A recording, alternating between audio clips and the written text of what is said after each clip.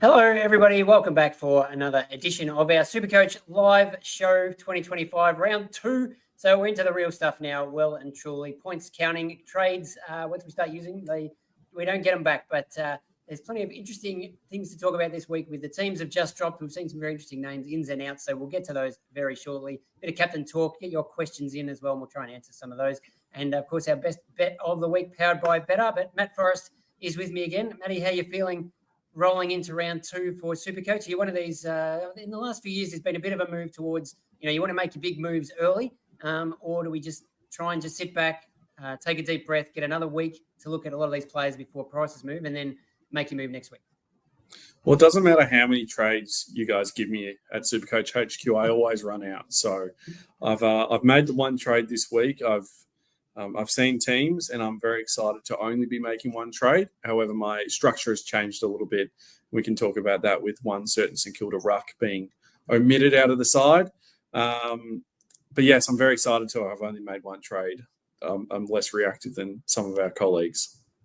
Yes, I'm seeing some boosts being activated already. So, it's interesting this year. People are playing it a few different ways. And we've got a game, of course, starting in about an hour at the G. And can you give us a quick weather report from your just down the road at HWT headquarters in the city there? I think I can hear the rain outside.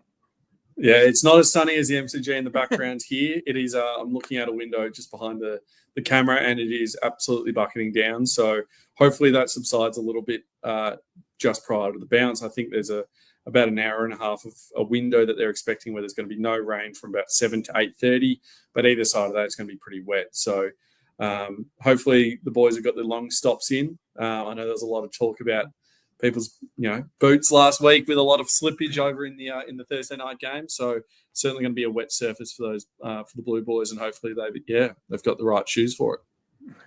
All right, we may as well get into the teams and start with that game. So we got these teams last night, of course, and there weren't a heap of changes for the Blues and the Hawks going to this one. Carlton gets Charlie Curnow back. Anything here that jumps out at you from a SuperCoach point of view, or anything else of note? Francis Evans got dropped. There's a few maybe a little bit lucky after last week, but Lucas Campriali's still on the wing, so he certainly wasn't their worst in that round one. Bit of a stinker, but I don't think there's a heap of big SuperCoach news to come out of that. And if we scroll down, if I hit the right button, and have a look at the Hawks again, a couple of changes there, but probably nothing that's going to affect us too much when it comes to SuperCoach.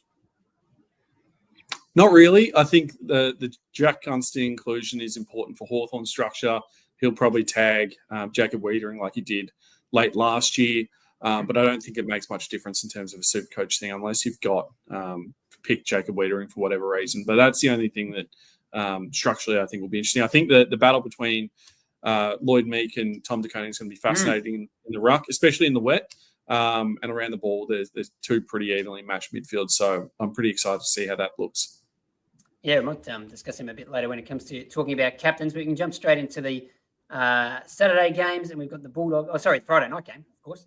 Bulldogs playing Collingwood, and the Dogs made a couple of changes here, a couple of injuries. Obviously, we saw Luke Cleary. There was some horrible injury last week, and O'Donnell also out, so they brought in Buku Kalmas and Oscar Baker. Not maybe SuperCoach bench players of the past, but not going to do much for us this year, I don't think. But I suppose we're looking for guys like, Fraser's in the back pocket there. He played a bit of everywhere on the ball for a fair bit in the second half last week and scored quite well. So be happy to see him back in the centre square.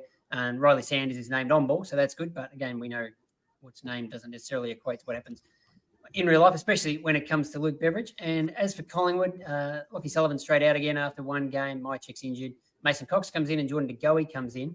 So I guess the question is, what does that mean for someone like Harry Perryman, who has been named in the centre? I know he's one of the most traded out players this week. What do you think of his role this year? Can we trust him? What do you see there? What are they going to do with him? Fly seems to be spinning the magnets Bevo style. Yeah, it is. I wouldn't be making any changes to my team if I had started him. You don't want to be jumping off ship after one round and I guess 2 games for him. It'll be interesting to see how he looks alongside both Dan Houston down back, but also Jordan De Goey through the midfield. I don't think De Goey is going to have a massive run through the guts all the time. He's obviously a real power player, and he's just coming back from injury, so I think it's going to be pretty managed early days. So I'm curious to see how that sort of looks when he's. But you know what Perryman brings. He's not a huge accumulator. He's only ever going to be that sort of 18 to 23 disposal, like around that mark. He's a good tackler. He uses the ball relatively well. So I think all these sort of signs equate to decent SuperCoach points. But he's also,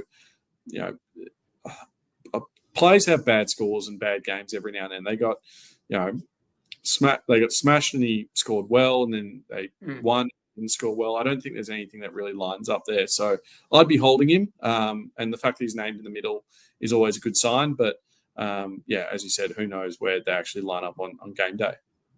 Yeah, I think I've got him, and I'll give him that one more week. Although, as you say, Collingwood has played 2 games, so their prices will change. So these guys are all on the bubble. If they've played both games, that includes Perriman. He's got a break even of 77. So I'm reasonably confident he'll get that. And if he doesn't, well, then probably next week's the time to cut him. And he's not going to lose a heap of money, hopefully. But that's where they sit. And you've got Ned Long as well, who's also on the bubble. He's been named on the bench. But he was their number 1 CBA mid last week, so I think he'd be unlucky to cop the sub vest down there, but he was the sub in round 1, so maybe, I guess we'll know Friday night. Keep an eye out for that one. Then we do go into the Saturday games. We've got Essendon taking on Adelaide at the MCG. A couple of changes there with injuries down back. Ridley and Langford obviously forward, both out. Jai Menzies and Tom Edwards comes in for his debut, so he's a 99k forward for us in SuperCoach, so that could be a handy one. Obviously, no need to jump on him just yet, but if he has produces 1 or 2 good scores, someone we could look at in a couple of weeks potentially. Yeah, he's got the buy thrown in there, so I wouldn't be jumping too early on him. But yeah, really exciting to see how he goes as one of the last players signed to a list this year. Had that 4-goal half. I think it was against the Western Bulldogs in the practice match that cemented his contract for the year, and it's only taken him a week to get a debut. So it's really exciting for him. SuperCoach relevancy might be pretty minor in terms of scoring output, but as you said, 99k. Forward rookie, you can't get, if he plays every week, then, or most weeks, it could be a slow burn, but he's a burn regardless, which is great. Yeah, and talking of rookie, plenty of rookie interest at the Bombers, and we've got Jackson Pryor and Zach Reid both named on the field after lower scores than we were hoping for last week, but they're still there, so that's good. And Elijah Sardis on the bench, so we'll be watching. Again, early game on Saturday, so we'll get to see before most teams play. If he was named as the sub, for example, it'd be a bit of a disaster, but hopefully Sardis can produce this week. I know some people are looking to cut him already. Again, ideally, you'd want to give him one more game. His price isn't going to move yet, so if he comes out and scores 95, you just forget about last week. It's going to drop out of his price cycle very quickly anyway, and away we go. But if it's another low one, then maybe that's when you look to make a move before that big price change round for most players in round 3. Now the Crows unchanged after a huge win, so. I don't know if there's too much that we need to get into in terms of Adelaide there. Foz, anything that you can see? The only thing is Sid Draper is expected to be the sub again. Matthew Nicks was quizzed on it during his press conference during the week, and he said that it's likely that everyone stays the same in terms of their roles. No, he doesn't really want to make any changes to a side that was so impressive from the weekend. So I think it's likely that Draper gets the sub vest again. I think it's just future games, if they do keep him in the side, they'll want to be rotating that position through. You don't want to be giving player just sub minutes in terms of form and fitness reasons, as much as he might be the 23rd best player on their list at the moment.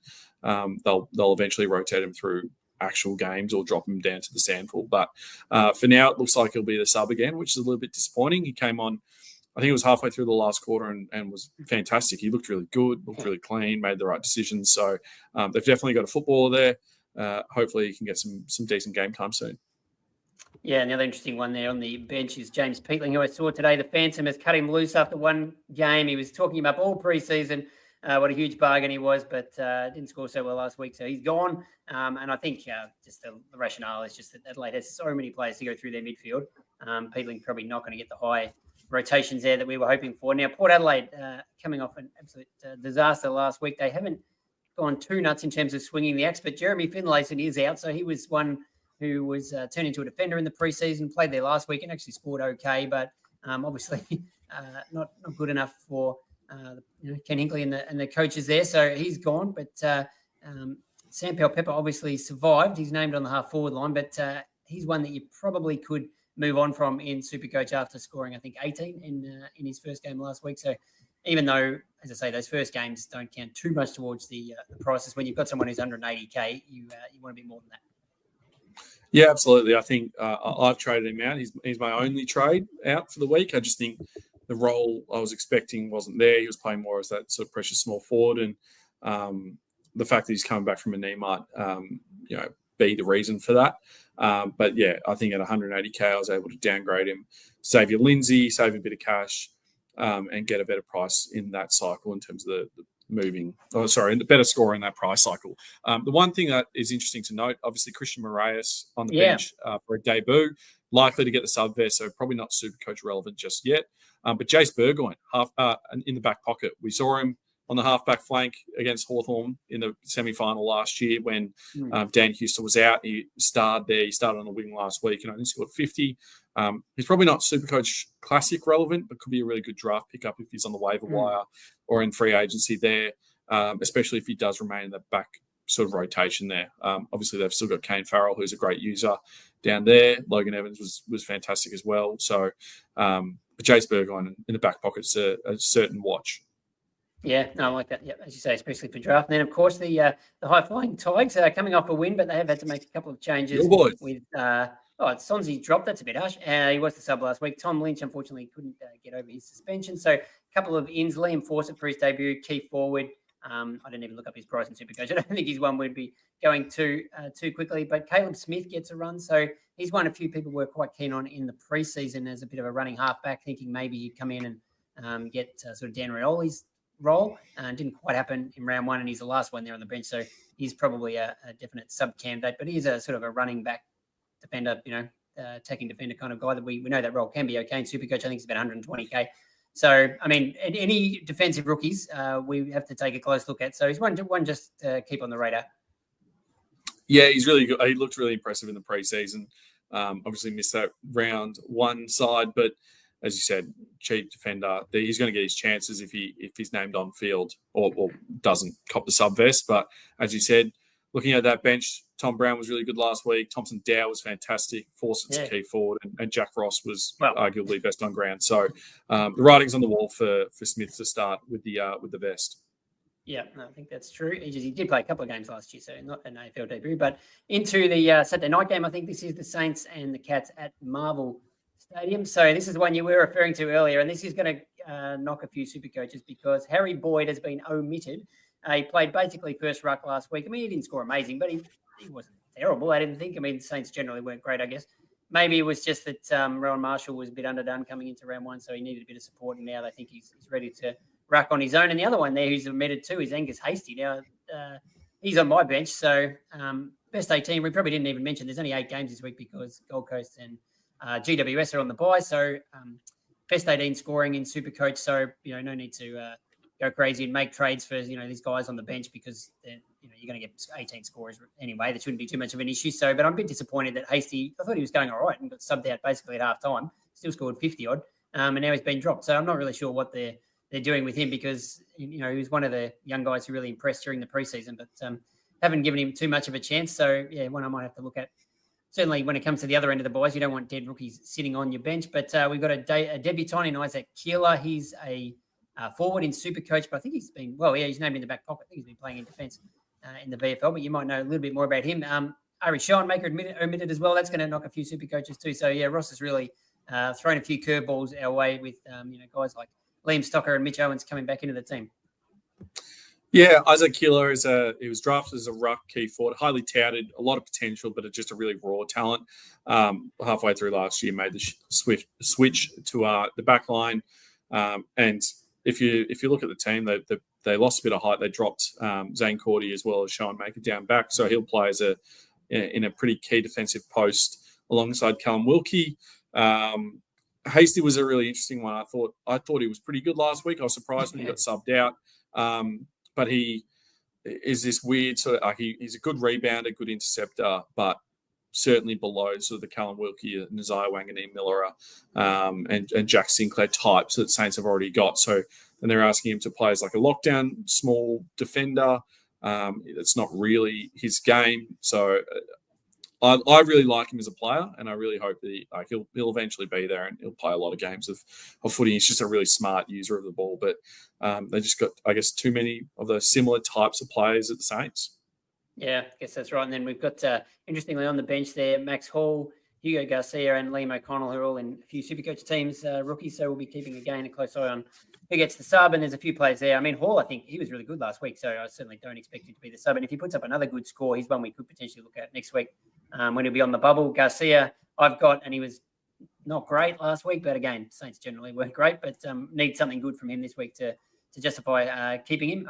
O'Connell in defence didn't score too many points, but he's another one there to consider. And then Toby Travalia sitting in the emergencies. He's another one that might be looking to get in at some stage soon. So, yeah, tricky team to break into and get in and out of at the moment. Not quite sure what the Saints are doing. But the Cats, obviously, things all started pretty well. No need for any changes down there. And the big one, I think, this week for a lot of coaches are considering is Sam de Koning, who, again, named in the ruck. How confident can we be that this role will continue? Because last week it looked really good. Like, basically, he takes the centre bounces and then effectively just becomes an extra kind of midfielder. And I think Mark Blitzarves took the ruck contest in the back line and Shannon Neal in the forward line, and then Koning can just run around and do whatever he likes. I'm not completely sold. It's a long-term solution for the Cats. We know what Chris Scott is like. And as someone who worked down in Geelong at the Geelong Advertiser for a couple of years, I know very well that he does not care for a ruck position. So if he could play a 190 centimetre midfielder as a ruck all game in Copno, he wouldn't care about the scrutiny anyway, but he would absolutely do it if he could. So Sam de Koning is a really athletic type of player, and he's definitely, I wouldn't say wasted at fullback, but getting him further up the ground, he can run plays up, especially other rucks off his feet. It'll be interesting to see him go against Marshall on a pretty fast deck at Marvel Stadium when Marshall's had a pretty interrupted preseason. So, I think that he'll be another pretty good scorer. I'd look to him next week if he can back it up again. But once again, I just don't think teams are being way too reactive to bring him in after one good score. Players have good games and then are bad, and players have bad games and then are good. So you just never know. But give it another week. Make sure that the structure works, and he's looking good in that position. But knowing the Cats, they will swing the axe very quickly and move him to the back line and play Mark Blitzarves as a full-time ruck at the drop of a hat. So Scotty, he'll do whatever he wants. Yeah, fair. Tom Stewart named on the ball there too, which is interesting. So, yes, I mean, they love versatility down there, so that's not always our best friend when it comes to Supercoach. Now, jumping into the Sunday games, we've got extended benches here, and the first game at the Gabba, Brisbane hosting West Coast. And if people saw my captaincy sort of recommendations for this week, they were pretty much all Brisbane players because, I mean, West Coast were not good last week. They gave up some pretty massive scores to all the Gold Coast midfielders especially, and Brisbane has some good ones who tend to score well at the Gabba. So, I mean, Lachie Neale obviously was blanketed last week. Last time I checked, he's been traded out by about 2,000 teams. That's just absolute madness because he could score 200 points this week against the Eagles. He loves the Gabba. He loves playing West Coast. So, yeah, it ticks all the boxes for him for a big captaincy score. Josh Dunkley obviously was amazing last week, so expect him to do pretty well again. And then Dane Zorko loves feasting on these kind of matchups as well. So, plenty of options there captaincy-wise, but in terms of changes, they have made a few with a couple of injuries and, to say, the extended bench. So Bruce Revel, one of our favourites from last year, gets a run. And poor old Dev Robertson, who's always the sort of extended bench specialist, is sitting there. Will he crack in for a game? And then you've got Levi Ashcroft named on the extended bench. Was going to be the sub last week, then he wasn't the sub, and then he was really good. So I'm toying with bringing him in this week just to free myself up next week when I think I'm definitely going to want him. Is that jumping the gun a little bit when he's again potentially a sub candidate? I don't think so. I think it was impressive enough to avoid the sub vest this week. And I do think that if you are worried that you're going to need 3 or potentially 4 trades next week, that going a little bit early, saving yourself potentially a boost next week is ideal, especially when you know Ashcroft is going to play 20 games this year unless he's injured. Like, he's a star. It looks really good as a footballer. He's already scored really well off the back of an interrupted preseason and a game against the reigning grand finalists in the grand final replay. I wouldn't say that he's on for a massive score this week but against West Coast. We saw last week that Gold Coast had free run of it over there. So I'd be backing him in if you didn't start with him and couldn't get him in late in once the squads were finalised for the game. I'd be going probably early on him to bring him in, to be honest. Yeah. For me, really, still umming and ahhing who goes out for him. It's probably Sardis or maybe Finn O'Sullivan. And given that O'Sullivan plays in the next game, that maybe helps a little bit that you can just wait and, you'd know then if Ashcroft was going to be the sub and things by Sunday. So rather than having to make the call early. So that's something to bear in mind. West Coast, have they made any changes? A couple. Waterman, Hutchison out. There has been some talk about what they do with the ruck. I think Minnie McQualter said, look, it's just a week-to-week decision who we go with in the ruck, which is not really what you want to hear when you've got Matt Flynn in your team like I do. But he's still there, named as a number one ruck. BJ Williams does come in, but he's on the extended bench. That's really the interest from them. And, of course, Elijah Hewitt, who was okay after starting pretty slow last week. Yeah, I'm also scared like you with Matt Flynn. I got my ruck lineup. I went very dangerous this year. I went Matt Flynn R1 and Harry Boyd R2. So that's already been thrown to the Wolves. Luckily, got Luke Jackson, who I've been able to swing into the rucks to stop a potential donut, even though it's best 18. And I've got Archer Reed on my bench. I'd rather not field Archer Reed. So I can't have Matt Flynn getting dropped either. So thankfully, he's still there. Yep.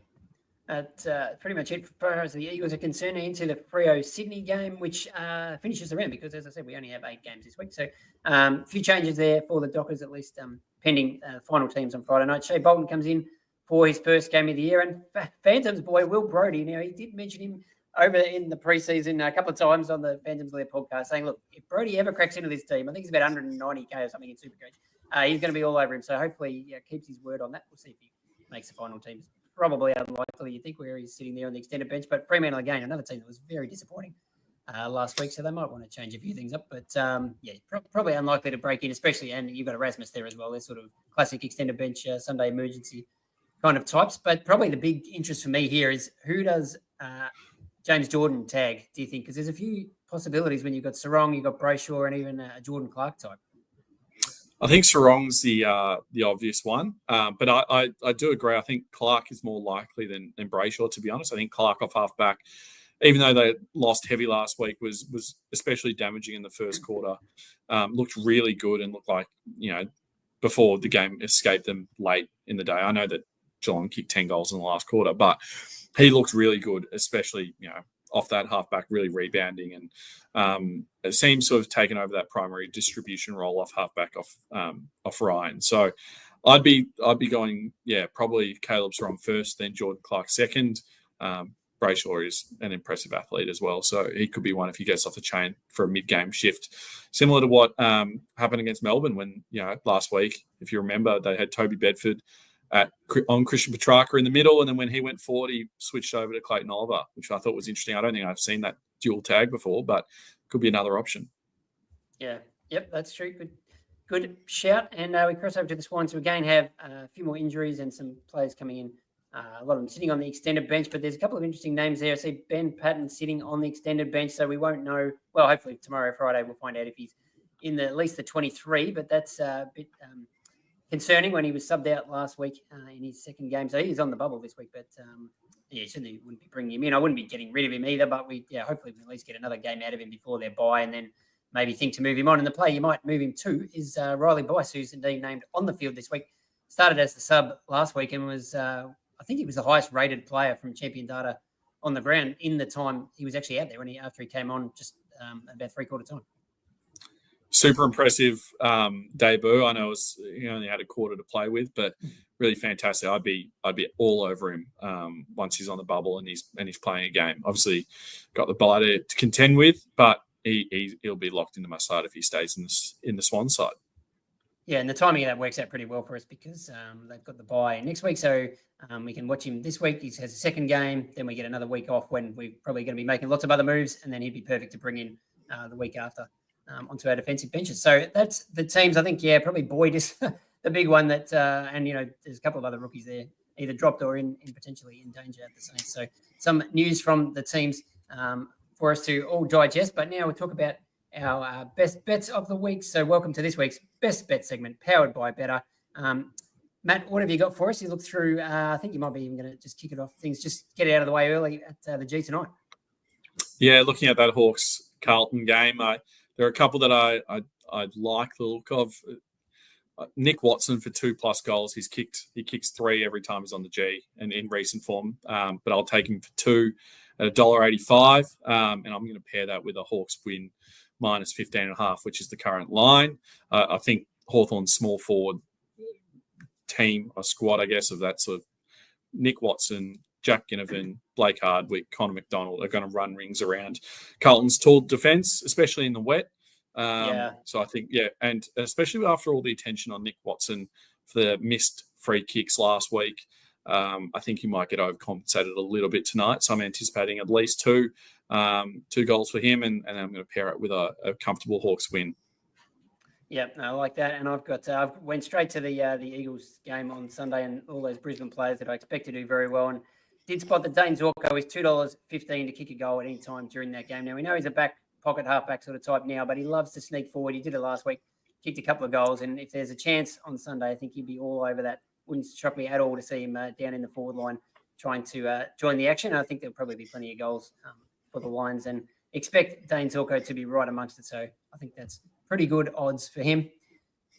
What are you really gambling with? What's gambling really costing you? For free and confidential support, call the number on the screen, 1-800-858-858, or visit the website gamblinghelponline.org.au.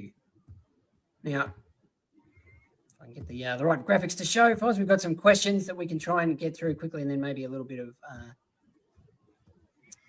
that's not going to work. Never mind that. We'll just go straight to the questions. Then we'll maybe finish with a little bit of captaincy talk to finish up with.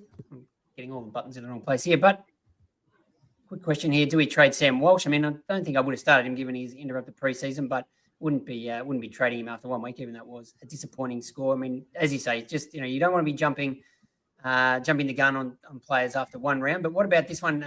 This is one you probably might consider. Sanders to Baz from Stafflix. I would be making the move.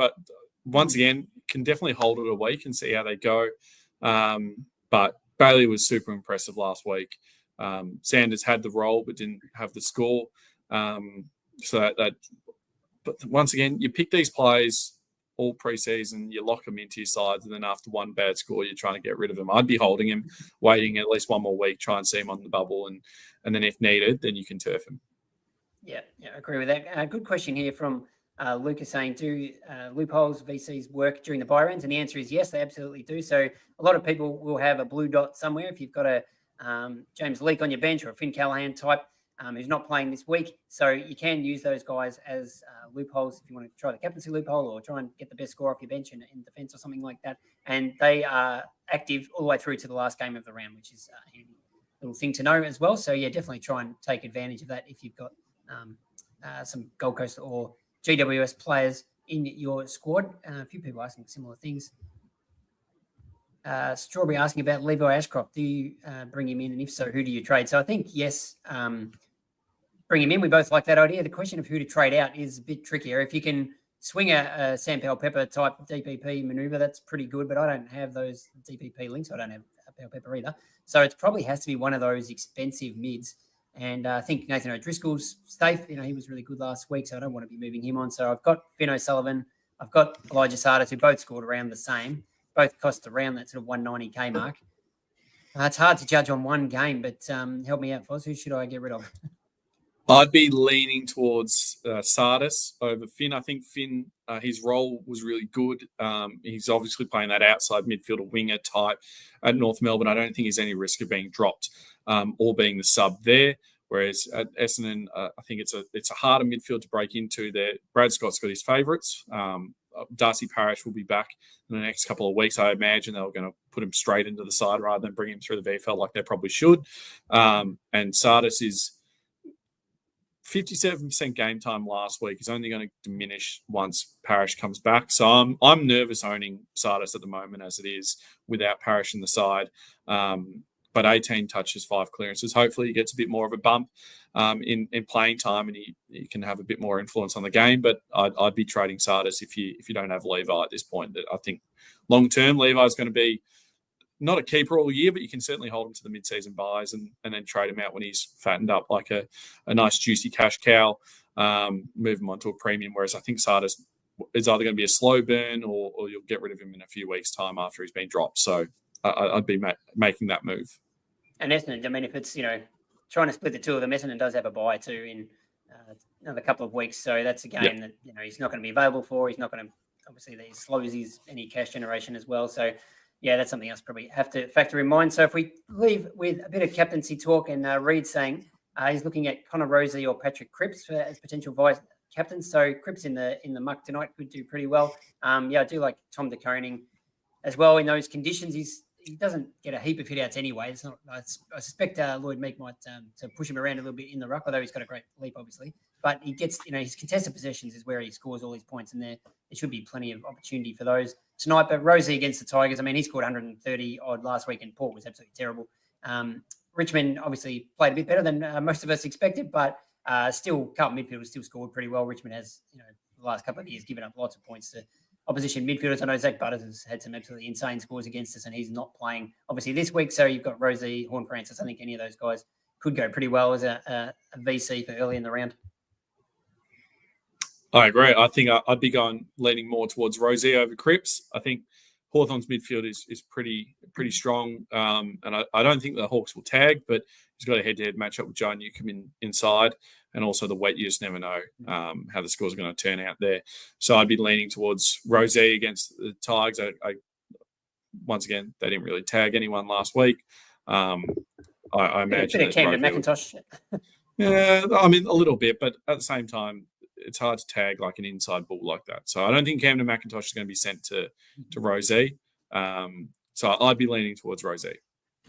Yeah, I think that's fair. And then in terms of a backup captain, I mean, if you've got any Brisbane player virtually against West Coast, I think they're the obvious ones. Unfortunately, I don't really. None of those big dogs anyway. So I'd be looking potentially, I think Harry Sheasel should score well. Melbourne's midfield can give up some points. So don't mind him as a safe sort of backup towards the end of the round. But who have you got, Foz? I'm certainly leaning towards a Lockie Neal captaincy. Yeah. If I had it, he obviously had a poor game last week. Hopefully Brisbane have plans to help him break the tag unless, if someone gets sent to him.